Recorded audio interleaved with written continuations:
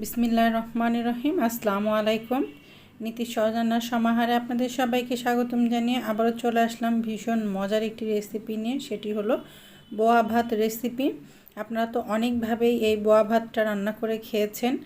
আমি আজকে শেয়ার করছি আমি যেভাবে মাঝে মাঝে রান্না করি এবং খেতে ভীষণ মজার হয় সেই রেসিপিটি। আর শীতের সকালে বা দুপুরে বা রাত্রে যদি কোনো কিছু আপনাদের রান্না করতে ভালো না লাগে, ঝটপট কিন্তু এই রেসিপিটা তৈরি করে নিতে পারেন। খেতে অসম্ভব মজার হয়। তো চলুন দেখে নিই কীভাবে রেসিপিটি তৈরি করছি। তো আসলে কিন্তু আমি রেসিপিটা শেয়ার করতে চাচ্ছিলাম না, তবে মনে করলাম যে আপনাদের উপকারে আসতে পারে, এই জন্যই আমি হঠাৎ করেই একটু ভিডিওটা করে নিলাম। তো এখানে আমি 1.5 কাপ মতো চাল নিয়ে নিয়েছি আর 1/2 কাপ মতো মুগ ডাল নিয়ে নিয়েছি। মুগ ডালটা কিন্তু আগের থেকেই আমার ভেজে নেওয়া ছিল। তো চাল ডাল খুব ভালো মতো ধুয়ে নিয়েছি। নিয়ে এখন আমি একটি হাঁড়ির মধ্যে করে চুলাতে বসিয়ে দিয়েছি আর এর মধ্যে আমি দিয়ে দিব পরিমাণ মতো পানি।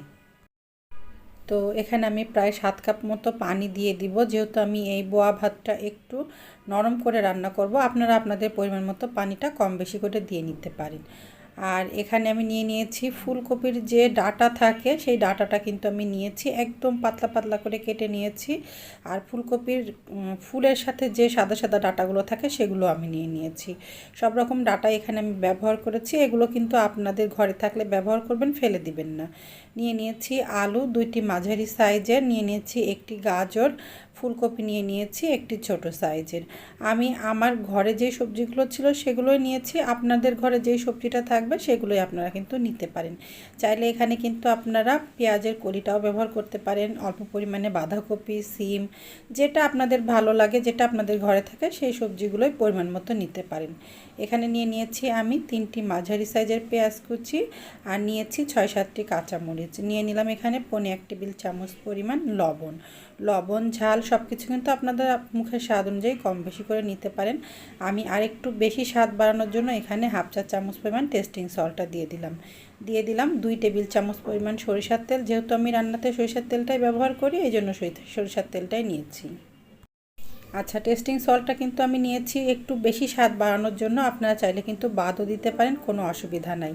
আর এর মধ্যে আর কোনো রকম কোনো মশলা দিব না, এগুলো দিয়েই কিন্তু আমি এই বোয়া ভাতটা রান্না করে নিব। তো এখন একটু সব কিছু একসাথে নাড়াচাড়া করে মিশিয়ে নিলাম।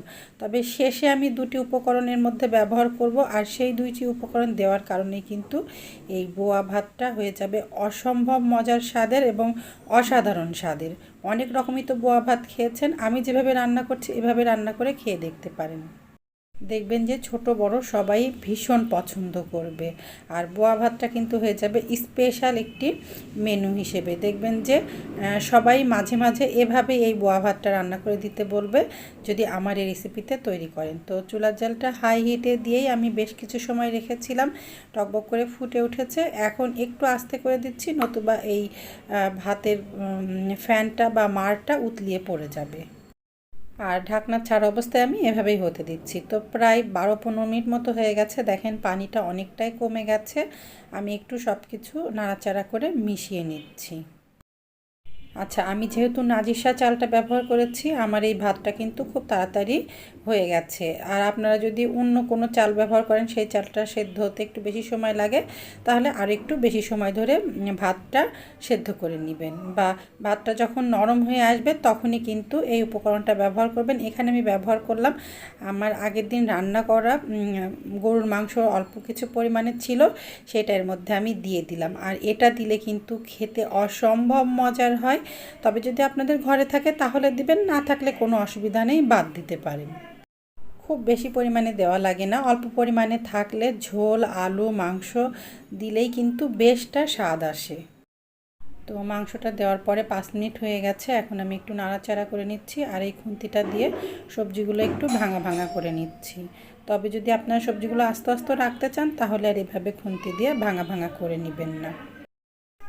আর আমি আবারও বলছি, যদি আপনারা এখানে রান্নার চালটা ব্যবহার না করে পোলাওয়ের চালটা ব্যবহার করেন তাহলেও কিন্তু অনেক অনেক বেশি স্বাদ আসবে।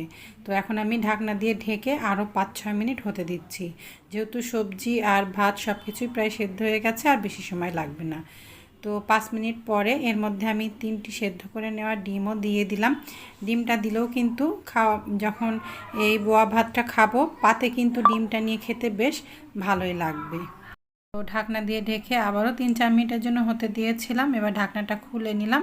এবার একটু আমি নাড়াচাড়া করে দিচ্ছি। আর এত সময় কিন্তু চুলার জালটা মিডিয়াম লোতে ছিল। এর মধ্যে আমি সামান্য পরিমাণ গরম মশলার গুঁড়া, প্রায় হাফ চা চামচ পরিমাণ গরম মশলার গুঁড়াটা দিয়ে দিলাম।